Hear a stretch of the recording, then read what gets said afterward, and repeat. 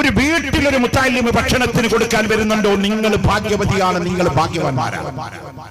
ഞാൻ എന്റെ മുത്തഅല്ലിമായിരിക്കുമ്പോഴുള്ള എന്റെ ആ ലൈഫിലേക്ക് എനിക്കിപ്പോൾ വരുമ്പോൾ ഓർമ്മ വരികയാണ്. ഞാൻ വലിയ ഒരാളായിട്ടൊന്നുമല്ല പറഞ്ഞിട്ടോ. ഞാനൊരു മുത്തഅല്ലിമാവുന്ന കാലത്ത് 1982 ഞാൻ ആദ്യമായിട്ട് വിദ്യാർത്ഥിയായി ഓതാൻ പോണത്. അങ്ങനെ 82 പെരുമ്പടപ്പ് പുത്തമ്പള്ളി എന്ന് പറയുന്ന മഹാനായ വലിയുല്ലാഹ് കുഞ്ഞു മുഹമ്മദ് മുസ്ലിയാർ ഉപ്പാപ്പ ഖദ്ദസല്ലാഹു സിർറഹുൽ ലദീർ മഹാന്റെ തലക്ക് ഭാഗത്തു നിന്നാണ് ഞാൻ മീസാൻ ഓതാൻ തുടങ്ങുന്നത്. 84-85 കാലമായപ്പോൾ തൃശ്ശൂർ ജില്ലയിലെ പന്നിത്തടം എന്ന് പറഞ്ഞൊരു സ്ഥലത്തേക്ക് ഞാൻ വലിയ ദർസിലേക്ക് കൂടുതൽ കിതാബ് പെട്ടെന്ന് ഓതാൻ വേണ്ടി ബഹറുൽ ഉലൂം ഉസ്താദുൽ അസാത്തീദ് ശൈഖുനാ മർഹൂം ഓക്കെ ഉസ്താദ് ഖദ്ദസല്ലാഹു സിർറഹുൽ ലദീർ മഹാന്റെ അന്നത്തെ പ്രധാനപ്പെട്ട ശിഷ്യനായ കൊപ്പ ഉസ്താദിന്റെ നേതൃത്വത്തിൽ ഒരു ദർസ് പന്നിത്തടത്ത് നടക്കുന്നു എന്നറിഞ്ഞപ്പോ 10-70 മുത്തഅല്ലിമീങ്ങളുണ്ട് പറഞ്ഞപ്പോ ഞാൻ അവിടേക്ക് ഓതാൻ ചെന്നു ഉസ്താദിന്റെ അടുത്തേക്ക്. ഉസ്താദ് ഇരുകൈയും നീട്ടി. ഞാൻ അന്നും പ്രഭാഷകനാണ്.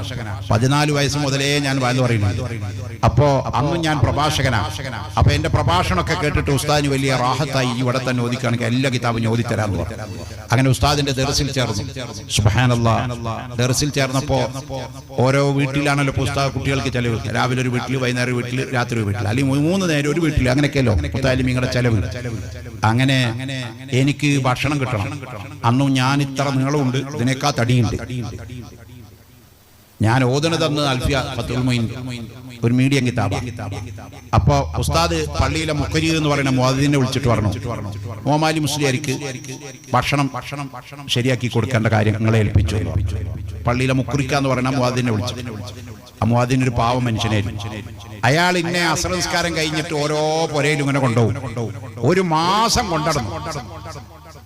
ആ നാട്ടിലുള്ള ഒട്ടുമിക്ക വീട്ടിലെ ആളുകളും ആണുങ്ങളൊക്കെ ഗൾഫിലാണ്, പെണ്ണുങ്ങൾ മാത്രമേ പുരയിലുള്ളൂ.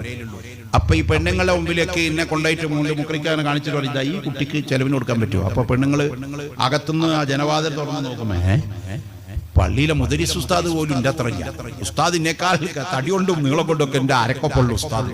ശിഷ്യനാകാൻ വന്ന ഒരു പേരുത്ത മനുഷ്യന് ഇയാൾ ചെലവിന് കൊടുക്കുക. പടച്ചോനെ ഇവിടെ ആണുങ്ങളില്ല. അപ്പൊ ഉടനെ അവർ പറയും, അതാ ഇവിടെ എനിക്ക് ചെറിയ കുട്ടികൾ മതിട്ടോ, ഐക്യപ്പത്ത് വലിയ ആളായില്ല, നിങ്ങൾ വേറെ എവിടെയും നോക്കി, ഇവിടെ ആണുങ്ങളില്ലാത്ത പെരയാണ്, ഇവിടെ ഉള്ളവർക്ക് ഗൾഫിലാണ്, അപ്പൊ അതുകൊണ്ട് ഞങ്ങൾക്ക് കുഞ്ഞിയ കുട്ടികൾ മതിയോ. അങ്ങനെ ആ നാട്ടിലെ 90% വീട്ടിലും എന്നെ കൊണ്ടുപോയി. ചെലവില്ല. അപ്പൊ ഇനിയിപ്പോ ഞാൻ എന്ത് ചെയ്യും? പടച്ചോനെ ഭക്ഷണം കിട്ട ഒരു മാർഗ്ഗമില്ലാതെ ഉസ്താദ് പറഞ്ഞു, മോനെ ചെലവില്ല എന്ന് വെച്ചിട്ട് യോതാതിരിക്കണ്ട, എന്റെ ഭക്ഷണത്തോളം നിനക്കും കൂടാതെ. അപ്പൊ കുറച്ച് ദിവസം റാഹത്ത് തോന്നി. കാരണം ഉസ്താദിന്റെ പറഞ്ഞപ്പോ ചില വീട്ടിലേക്ക് പോകണ്ടല്ലോ, ഇവിടുന്ന് തിന്നാവോ വേറെ പണിയില്ലല്ലോ. പക്ഷെ അത് അധിക കാലം നടക്കില്ല എന്ന് കുറച്ച് ദിവസം കഴിഞ്ഞപ്പോ മനസ്സിലായി. എന്താണെന്നറിയോ? അന്നൊക്കെ നമ്മൾക്ക് ഒരു 16-17 വയസ്സുള്ള കാലമാണ്. ആ കാലത്ത് നല്ലോണം തിന്നേണ്ട കാലമാണ്. കുട്ടികളുടെ ഒരു കാലം ഉണ്ടല്ലോ, ഭക്ഷണം കഴിക്കുന്ന കാലം. അപ്പൊ ഈ ഉസ്താദുമാരുടെ കൂടെ ഇരുന്ന് തിന്നാണ്ടോ നമുക്ക് കടിച്ച മുറിന്? ഉസ്താദിന് അന്ന് എന്റെ പ്രായമുണ്ട്, 58-59 വയസ്സായി എനിക്കിപ്പോ. ഞാൻ റിട്ടയർ ചെയ്തിട്ട് ഇപ്പൊ 3 കൊല്ലം കഴിഞ്ഞു. 56 ഞാൻ റിട്ടയർ ചെയ്തു. അപ്പോ ഉസ്താദിന്റെ കൂടെ ഭക്ഷണം കഴിച്ചാൽ നമുക്ക് വേറെ അറിയില്ല. ഉസ്താദ് തിന്നോ എന്ന് പറയുന്നെങ്കിൽ നമുക്ക് തിന്നാൻ പറ്റണ്ടേ? ആ ഹയാവ് കൊണ്ട് പറ്റൂലല്ലോ.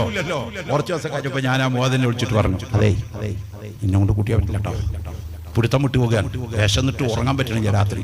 അതിന് ഹോട്ടലിൽ പോയി തിന്നാൻ കായില്ലോ, അതുമില്ല. അതുകൊണ്ട് വേറെ എവിടെയെങ്കിലും ഒന്ന് ആക്കിത്താൻ നോക്കി.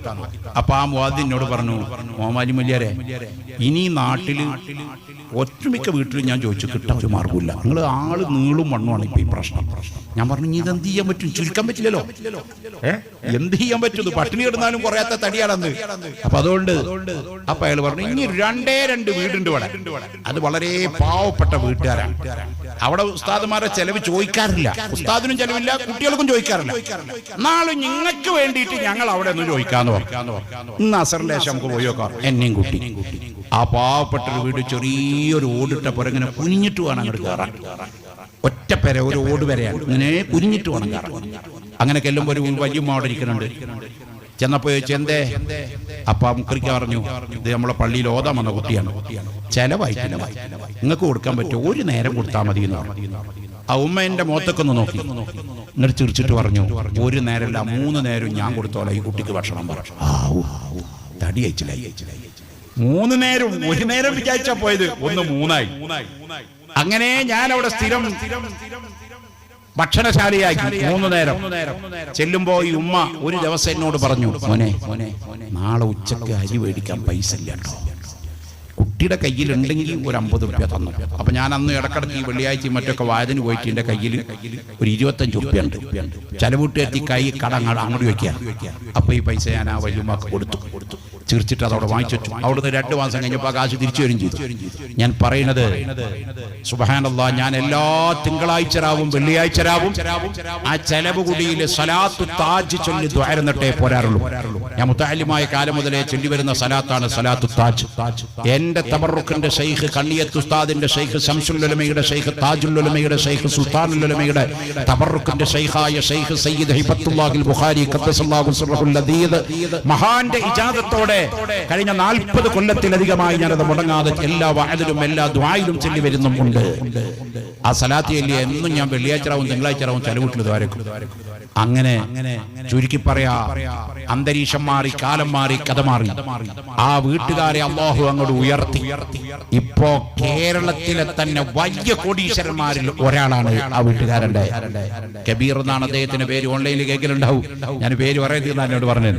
എന്നാലും ഞാൻ പറയാണ്, അല്ലാഹു അദ്ദേഹത്തിന് വലിയ ബറക്കത്തും ദീനിലെ ഖിദ്മത്തിന് തൗഫീഖും നൽകട്ടെ. ആമീൻ. ആ വലിയ കോടീശ്വരന്മാരിൽ